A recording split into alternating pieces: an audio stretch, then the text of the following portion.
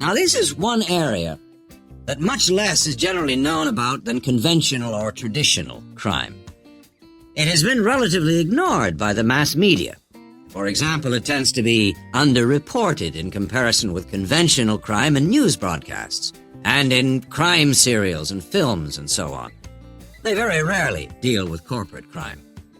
And it also tends to be ignored in academic circles. There's been far more research on conventional crime, and far more data is available.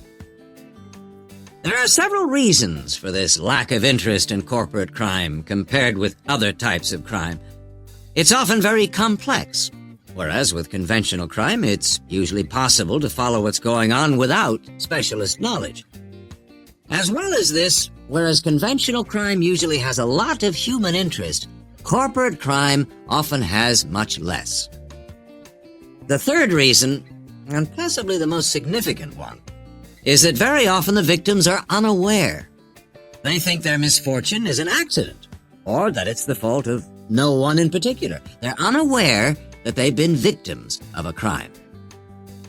So when we look at the effects of corporate crime, we may find it's very difficult to assess the costs.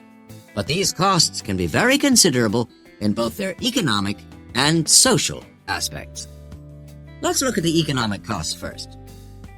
For example, if a company is producing fruit juice, and it dilutes its product so that it's just a little below the concentration it should be, many millions of people may be paying a small amount extra for their carton of orange juice. Now, small amounts like this may seem insignificant for individual customers, too small to worry about. But for the company, this deception might result in massive illegal profit.